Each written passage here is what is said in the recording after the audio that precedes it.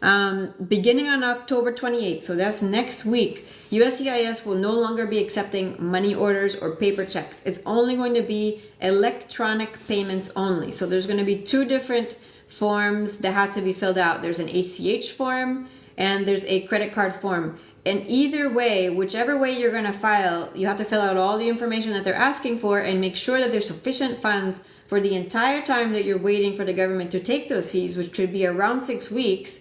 Okay, the bank accounts that you use, either for a credit card, debit card, prepaid card, whatever it is, they need to be U.S. accounts. So that's a problem that some clients will have, other clients will have, that they may not have sufficient funds in their account.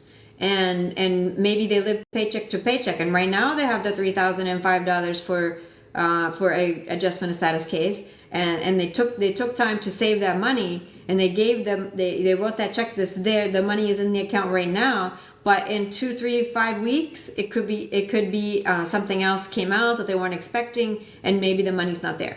So this is a way, the government says it's a way that they can be more efficient with their processing and etc. But us immigration attorneys know this is a way that the government is trying to reject more cases. Okay, so it's going to cause an automatic rejection for anybody who didn't fill out the form correctly, for anybody who the money is not there, maybe they left off, they put the wrong information. So there's going to be more ways that cases are getting rejected, and under this administration already there's a lot of people whose cases are getting rejected, and a lot of times even improperly.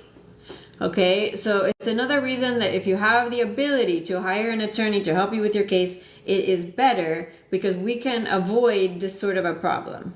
Okay, so they do have an exception for people who could still apply with a paper check, certified check, or money order, if they can prove that they qualify for an exemption accommodation.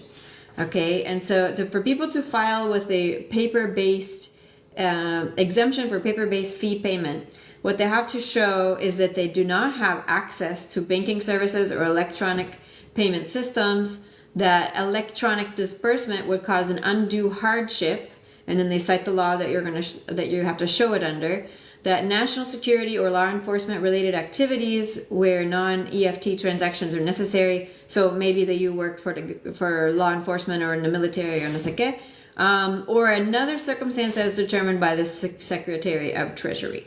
So basically there's few exceptions that will qualify. You have to show basically you don't have a US bank account, that you don't have access to electronic payment systems in some way, and it's showing hardship. They're not asking you to show that you don't have enough, that you have a financial hardship, but that this would cause undue hardship to you.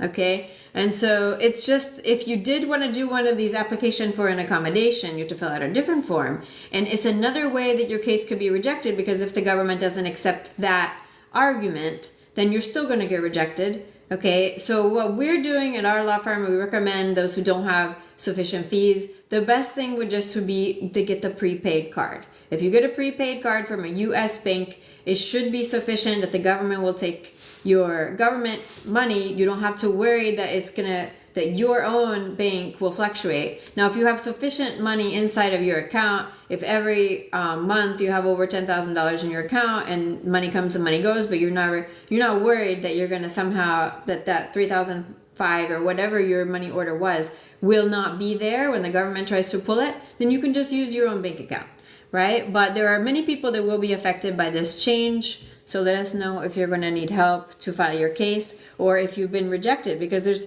a lot we're going to see, because this is just now coming into effect. Many more people will be rejected. They're going to get frustrated with their case, and that's actually what the government wants. Now, if you want to try to avoid this change, you need to file your case today or tomorrow right away, so that your case can be received before the 28th of October. Okay?